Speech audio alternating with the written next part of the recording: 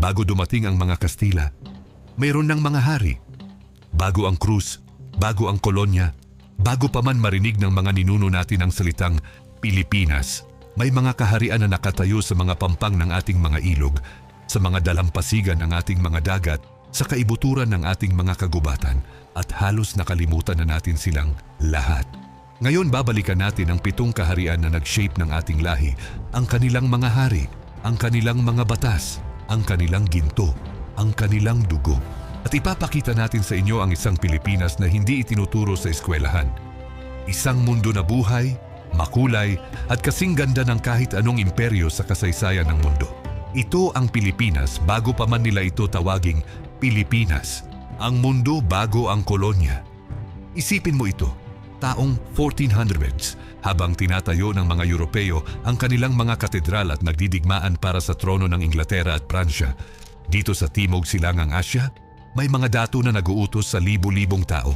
May mga babaylan na naglilinaw ng kapalaran ng mga nayon. May mga mangangalakal mula sa China, Arabia at Java na dumarating sa ating mga dalampasigan. Hindi bilang mananakop, kundi bilang kapwa negosyante. Ang arkipelago na ito ay hindi isang lugar ng katahimikan at paghihintay. Ito ay isang lugar ng aktibong sibilisasyon. At ngayon alamin natin ang bawat isa sa 7 kaharian na nagpapatunay niyan. Una, ang kaharian ng Tondo. Simulan natin sa pinakamatanda, pinakamakapangyarihan at pinakamatagal na kaharian sa kasaysayan ng arkipelago, ang kaharian ng Tondo. Sa pampang ng Maynila ngayon sa lugar na tinatawag nating Tondo, nakatayo ang isang kaharian na ang mga ugat ay umaabot pa noong ika-10 siglo. Ang Tondo ay hindi lang isang nayon o settlement. Ito ay isang pangunahing kapangyarihang pampulitika at pangkalakalan sa buong rehiyon. Ang patunay, ang Laguna Copper Plate Inscription, ang pinakamatandang naisulat na dokumento sa kasaysayan ng Pilipinas na may petsang 900 CE. Nakasulat sa lumang wikang Tagalog, Sanskrit at Malay. Isinasalaysay nito ang isang opisyal na transaksyon, ang pagpapatawad ng utang ng isang tao mula sa Tondo. Hindi ito kwento, ito ay totoong dokumento. At nagpapatunay ito na noong panahon na iyon, may sapat na organisasyon, may sistema ng sulat, may batas, ang Tondo. Ang Tondo ay bahagi ng malawak na kalakalan sa buong Asya. Ang Ming Dynasty ng China ay may opisyal na relasyon sa Tondo. May mga records sa Chinese Chronicles na nagtatala ng mga delegasyong ipinadala ng mga pinuno ng Tondo sa korte ng China. Ang ginto, beeswax at tela mula sa Tondo ay ipinagpalit sa porselana, sutla at tansong kagamitan mula sa kontinente. Ang namumuno sa Tondo ay tinatawag na Paramount Ruler o Lakan. At isa sa pinakakilalang pangalan ay si Lakan Dula na nabuhay pa noong panahon ng pagdating ni Legazpi. Kabilang din sa talaan ng kasaysayan ng pamilya ng Lakandula na nagpakita kung gaano katatag ang linya ng pamumuno sa Tondo. Ngunit ito ang tanong na gustong itanong ng marami. Kung ang Tondo ay ganoon kalakas, bakit hindi ito mas kilala? Bakit hindi ito itinuturo ng malalim sa ating mga paaralan? Ang sagot ay masakit dahil ang mga mananakop ang sumulat ng kasaysayan. At ang kwento ng lakas ng Tondo ay hindi kapaki-pakinabang sa kanilang naratibo. Pero tayo ngayon ang nagkukwento. At ngayon, nandito ang katotohanan. 2. Ang Rajahnate ng Butuan. Lumipat tayo sa Mindanao. Sa lugar na ngayon ay tinatawag na Butuan City, Agusan del Norte. Dito nakatayo ang isa sa pinakamagandang halimbawa ng isang ganap na sibilisasyon sa pre-colonial Philippines, ang Rajahnate ng Butuan. Ang salitang Rajahnate mismo ay nagpapakita ng impluensya ng Hindu-Buddhist na kultura mula sa Srivijaya at Majapahit Empires ng Sumatra at Java. Ang mga pinuno ng Butuan ay tinatawag na Raja, isang titulo na nagmumula sa Sanskrit na nangangahulugang hari. Noong 1001 CE at 11 CE, may 2 misyong pangdiplomatiko ang Butuan na nagtungo sa korte ng Song Dynasty ng China. Dokumentado sa mga Chinese Imperial Records, ang mga delegasyon ay nagdala ng ginto, tela at mga alahas. Binibigyan sila ng espesyal na pagtanggap. Ngunit ang pinakamagandang patunay ng kahusayan ng Butuan ay ang mga natuklasan sa ilalim ng lupa. Ang Butuan Boat o Balangay ay isa sa mga pinakalumang natuklasang bangka sa Timog Silangang Asya. Ang mga arkeolohikal na paghuhukay sa Butuan ay naghayag ng mga bangkang, ang ilan ay nagmumula pa noong ika-3 hanggang ika-13 siglo. Hindi ito mga simpleng bangkang pangisda. Ito ay malalaking sea-going vessels, mga sasakyang pandagat na ginagamit para sa kalakalan at paglalakbay sa buong rehiyon. Kasama ng mga bangka, natuklasan din ang mga gintong alahas, porselana mula sa China at Vietnam, mga armas at mga kagamitan sa pang-araw-araw na buhay. Lahat ay nagpapakita ng isang lipunang may mataas na antas ng sibilisasyon at koneksyon sa mundo. Ano ang kailangan mo pang patunay na ang ating mga ninuno ay hindi primitibo? Ang mga bangkang ito, nagawa ng kamay, walang modernong kasangkapan, ay nakapaglakbay sa buong Southeast Asian Seas, at ang mga tao sa likod nila ay nagtatag ng isang kaharian na kinikilala ng pinakamakapangyarihang imperyo sa mundo noong panahon na iyon. At para sa lahat ng nakikinig ngayon, kung gusto mong malaman ang higit pa tungkol sa mga nakatagong kwento ng ating mga ninuno, isubscribe na sa channel na ito. Dahil ito ang uri ng kasaysayan na hindi mo mahahanap sa isang linya sa iyong textbook. Ito ang buong kwento at marami pa kaming ihahayag. 3, ang Sultanate ng Sulu, habang ang Tondo at Butuan ay nagniningning sa hilaga at silangan sa katimugang bahagi ng arkipelago sa mga pulo ng Sulu, isang bagong kapangyarihan ay bumabangon, ang Sultanate ng Sulu. Ang Sulu ay naitatag noong ika-15 siglo nang dumating ang mga Muslim missionaries at mga ngalakal mula sa Borneo at Arabia. Ang unang sultan ng Sulu ay si Abu Bakr, isang sharif mula sa Arabia na nagtungo sa Sulu, nag-aral ng lokal na wika at kultura, at sa kalaunan ay naging pinuno ng kaharian sa pamamagitan ng pagpapakasal sa anak ng lokal na datu. Hindi ito isang marahas na pagsakop. Ito ay isang matalinong pagsasama ng dalawang kultura. Ang Sultanate ng Sulu ay naging isa sa pinaka-influential na kapangyarihang pampolitika sa buong maritime Southeast Asia. Sa kasukdulan nito, ang kapangyarihan ng Sulu ay umaabot mula sa katimugang Mindanao hanggang sa bahagi ng Borneo at Palawan. Ang sistema ng pamumuno ng Sulu ay komplikado at sopistikado. Hindi lang isa ang sultan. Mayroon ding mga datu na namumuno sa iba't ibang lugar na may sariling autoridad, ngunit kinikilala ang sultang pangunahing pinuno. Ang batas ay nakabatay sa Sharia, ngunit hinaluan ng lokal na kaugalian at tradisyon. Isang hybrid na sistema na gumagana ng maayos sa lokal na konteksto. Ang kalakalan ng Sulu, lalo na ang slave trade at pearls, ay nagpapayaman sa kaharian at nagbibigay ng impluensya sa buong rehiyon. Ang pearl fishing sa Sulu Sea ay kilala sa buong mundo ng kalakalan noon. At ang isang bagay na kadalasang nakakalimutan, ang sultante ng Sulu ay hindi natalo ng mga Kastila. Kadalasan ang mga Spanish expeditions ay bumabalik mula sa Sulu nang walang tagumpay.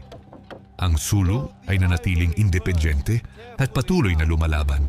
Sa loob ng daan-daang taon ng kolonyal na panahon, dapat nating itanong sa ating mga sarili, kung ang Sulu ay kayang lumaban sa Espanya sa loob ng 3 siglo, ano ang tunay nilang kakayahan?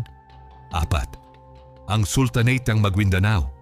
Kasabay ng paglaki ng Sulu, sa kalagitnaan ng Mindanao, isang bagong kaharian ang bumabangon sa mga dalampasigan ng Pulangi River.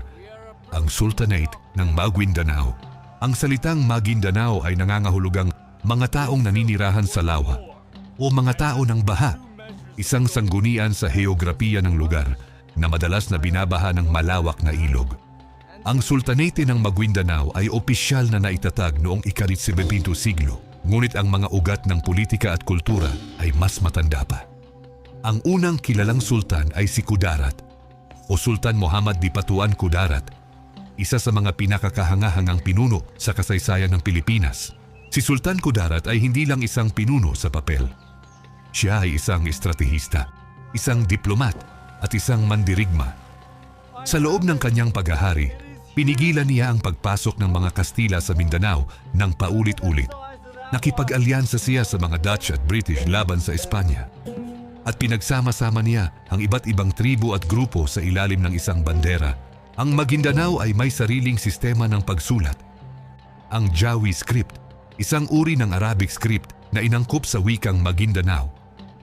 Mayroon silang sariling mga teksto ng batas, relihiyon at kasaysayan. Ngunit narito ang isang bagay na hindi mo maaaring baliwalain. Ang lupain ng Maguindanao ay mayaman. Ang Pulangi River System ay nagbibigay ng masaganang ani. Ang kalakalan sa pamamagitan ng ilog ay nagkokonekta sa mga nayon at mga kaharian. At ang mga tao ng Maguindanao, ang mga Maguindanaon ay nagtatag ng isang lipunan na may mataas na kultura, sining at pananampalataya. 5. Ang kaharian ng Cebu, Rajahnate ng Cebu. Lumipat tayo sa Visayas, sa puso ng arkipelago at pag-usapan ng Rajahnate ng Cebu.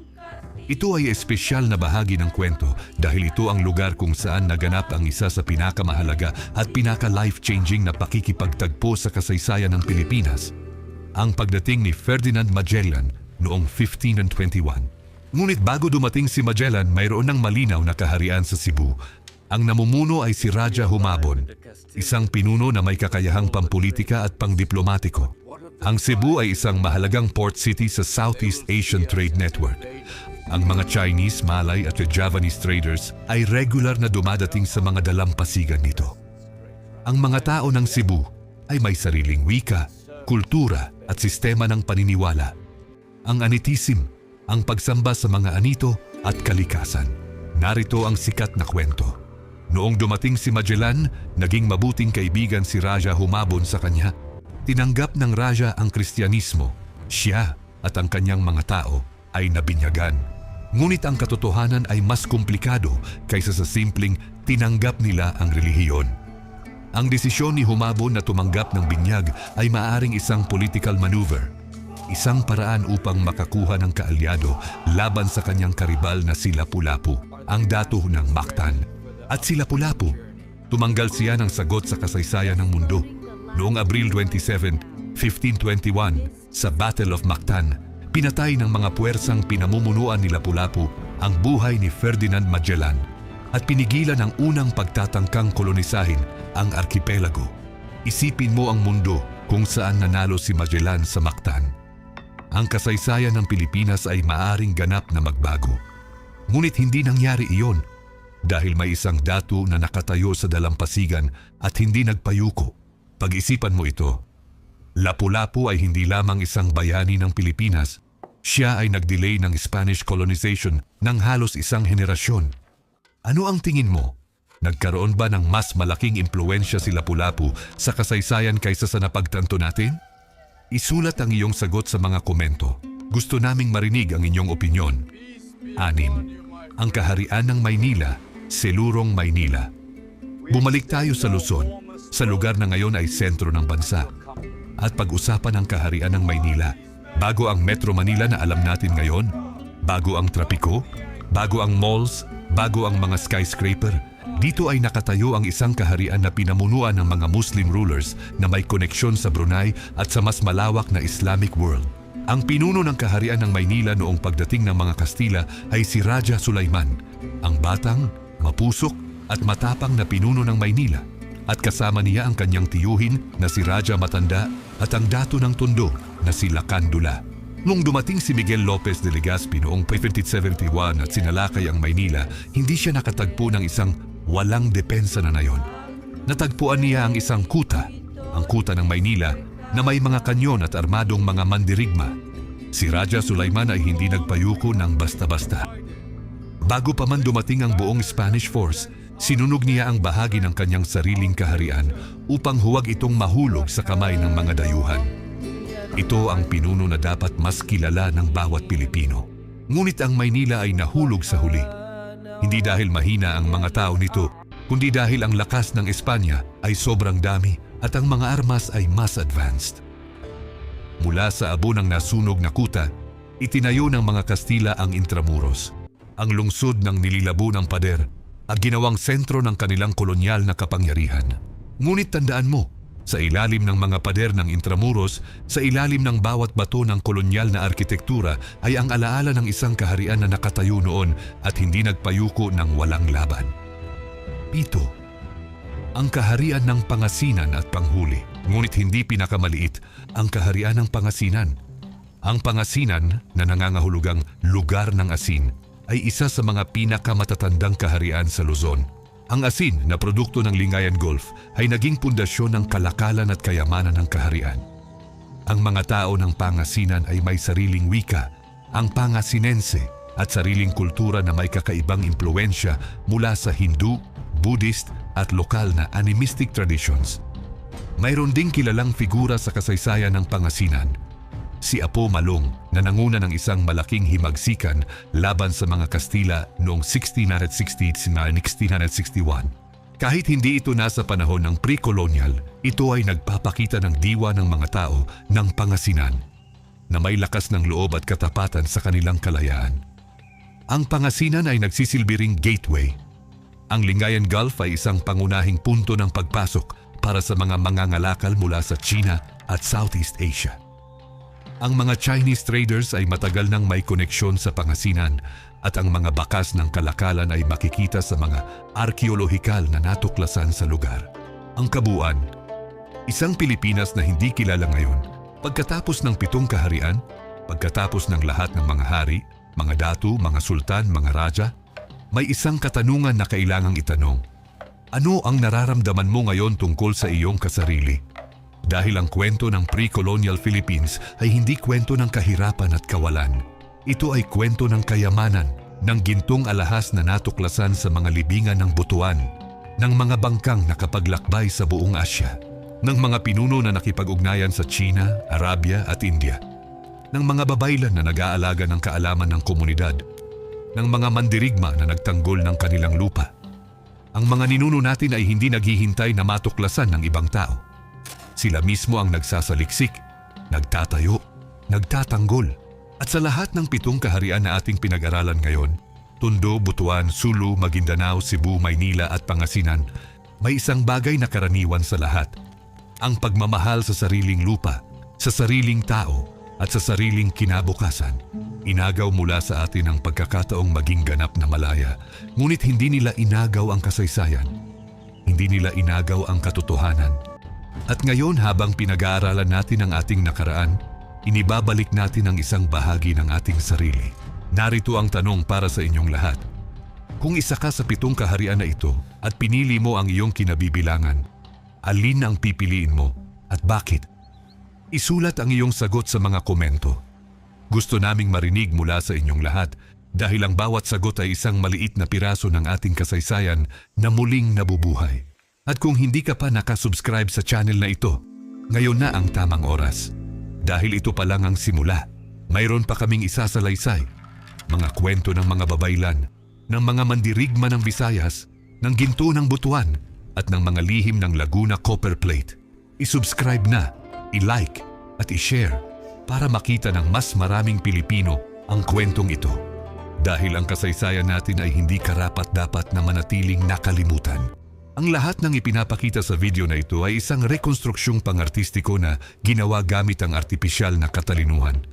Batay sa makasaysayang datos, arkeolohikal na natuklasan at mga dokumentong pampubliko na magagamit. Ang ilang visual na detalye, tulad ng eksaktong arkitektura, damit at hitsura ng mga tao, ay interpretasyon ng sining at hindi dapat ituring na perpektong katumpakan ng kasaysayan. Para sa mas malalim at mas tumpak na impormasyon, hinihikayat ang manonood na kumonsulta sa mga opisyal na mapagkukunan tulad ng National Historical Commission of the Philippines, mga publikasyon ng Pambansang Museo ng Pilipinas, at mga peer-reviewed na pananaliksik sa pre-colonial Philippine history.